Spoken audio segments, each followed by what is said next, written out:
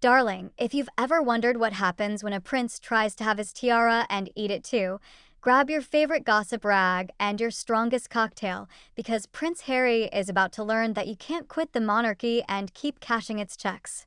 In a political plot twist that's more dramatic than any Netflix docuseries, Parliament is coming for the Sussexes with both fists and a tax bill that would make even the Queen blanch. This isn't just palace drama, honey. This is a full-blown constitutional coup that's got everyone from Westminster to Montecito holding their breath. Picture this delicious scene.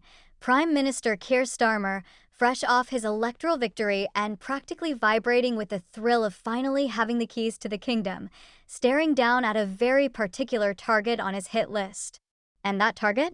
None other than Prince Harry, the man who thought he could waltz out of royal duties and into Hollywood stardom while still collecting taxpayer-funded security like it was going out of style. The timing is absolutely exquisite, darling. With just 48 hours left before a major parliamentary reset, Starmer has fast-tracked what can only be described as the Sussex Slapdown Act. Now imagine a man who once strutted down the balcony of Buckingham Palace, waving to crowds of adoring subjects, now being chased by a Home Office letter that reads, quote, "Your security request has been denied. Appeal if you dare." That man is Prince Harry, and his appeal to the Court of Appeal is the latest episode in a saga that feels more like a Netflix drama than a constitutional matter. Representing him is none other than King's Counsel Sir James Miller, a legal heavyweight who's been hired to argue that a former working royal should still be entitled to the same state-funded protection he once enjoyed. But here's where it gets really spicy, darling. This beautifully crafted piece of legislation is designed to strip Harry and Meghan of their remaining royal titles faster than you can say security detail denied. The bill essentially says, want to quit the royal family but keep monetizing your titles? Not anymore, sweetie. It proposes that anyone who voluntarily withdraws from royal duties but continues to use or profit from their titles can be lawfully stripped of those privileges with parliamentary backing. It's the kind of modern legislative move that makes constitutional scholars weep with joy and Harry's accountants weep with terror. And the cross-party support? Absolutely overwhelming. Even the Conservative Party is nodding along like they've been waiting years for this moment. Conservatives, Liberal Democrats, and Labour MPs have all signed on, turning the issue into a rare moment of parliamentary unity. The argument is simple and devastating.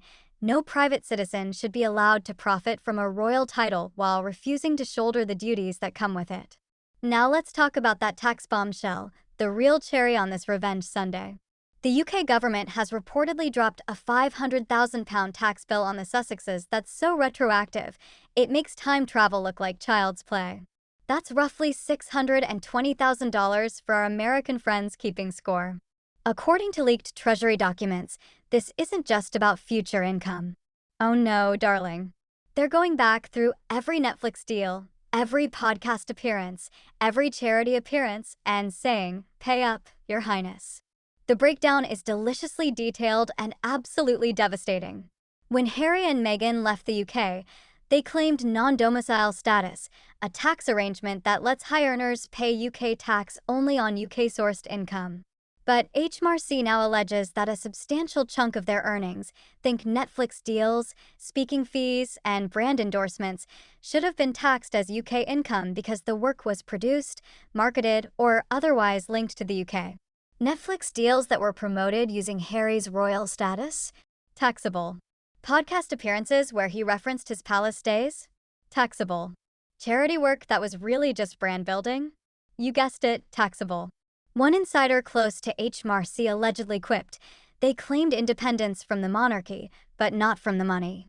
Now they'll have to pay like everyone else. The irony is so thick you could spread it on toast.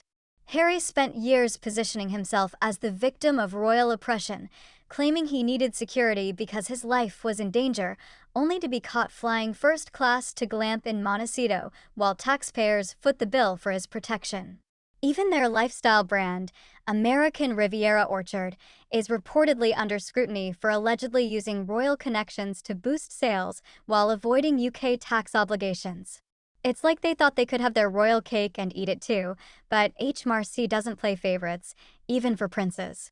MPs from across the political spectrum are practically salivating at the opportunity to make him pay.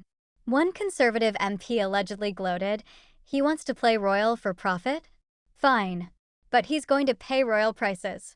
But this isn't just about the Sussexes anymore, darling. Other former royals are reportedly watching this situation with the keen interest of vultures circling roadkill. If Harry gets nailed for tax evasion, what's to stop Marcy from going after others who've benefited from royal privileges while avoiding their responsibilities? The ripple effects could be enormous, potentially reshaping how the entire royal family operates from a financial perspective. The political choreography of all this is absolutely masterful. By pushing the bill now, Starmer forces the issue onto the agenda before the new session, making it a signature piece of his government's accountability platform.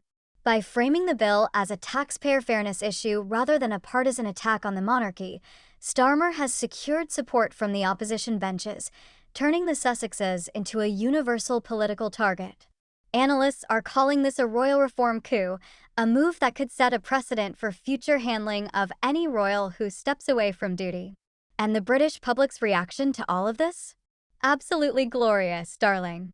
A Telegraph poll found that 72% of respondents oppose any taxpayer-funded security for a royal who has voluntarily left the institution.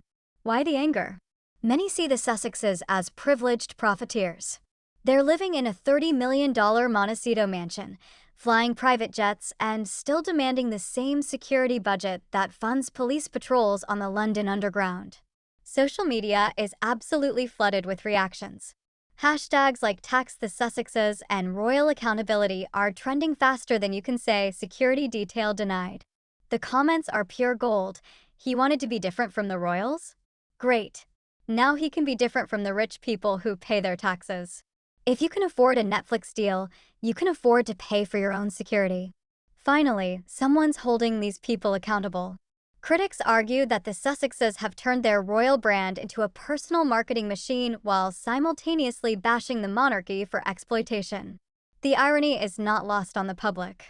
Even royal sympathetic outlets have softened their tone, noting that the public's patience is wearing thin when a former royal appears to be gaming the system for cash, while decrying the very institution that gave him the platform. But perhaps the most devastating blow isn't coming from Parliament or Marcy. It's coming from the very people Harry thought would always have his back, his own family. Buckingham Palace has issued exactly 0 official statements in defense of the Sussexes, and sources close to King Charles are saying he's not just okay with Parliament's direction, he's actively supporting it. The silence from the palace is deafening, darling. No, we support our family members' statements, no subtle royal nods of support, not even the kind of carefully worded diplomatic language that usually accompanies royal controversies. It's as if Harry and Meghan have simply vanished from the family tree, pruned away like dead branches. Palace insiders are whispering that Charles has been fully briefed on the implications of the title removal bill and is not only not resisting its implementation, he's reportedly thrilled about it. One royal source allegedly told a confidant, Charles sees this as the final cut. Harry wanted to leave the family, but keep all the perks. Now he's learning you can't have it both ways. The irony is exquisite. Harry spent years claiming the royal family was cold and uncaring, but now he's experiencing the kind of royal cold shoulder that makes the Arctic look tropical. Even William and Kate are reportedly staying mum on the situation, which speaks volumes. These are the people who once tried to keep the peace, who made genuine efforts to include Harry in family events despite his increasingly erratic behavior. But now, the silence is their statement, and it's absolutely devastating. The monarchy traditionally avoids public spats with Parliament. By staying silent, the palace avoids feeding the media frenzy and lets the political process run its course. But there's a hidden message here too, a tacit acknowledgement that the institution is willing to let the Sussexes face the consequences of their own choices.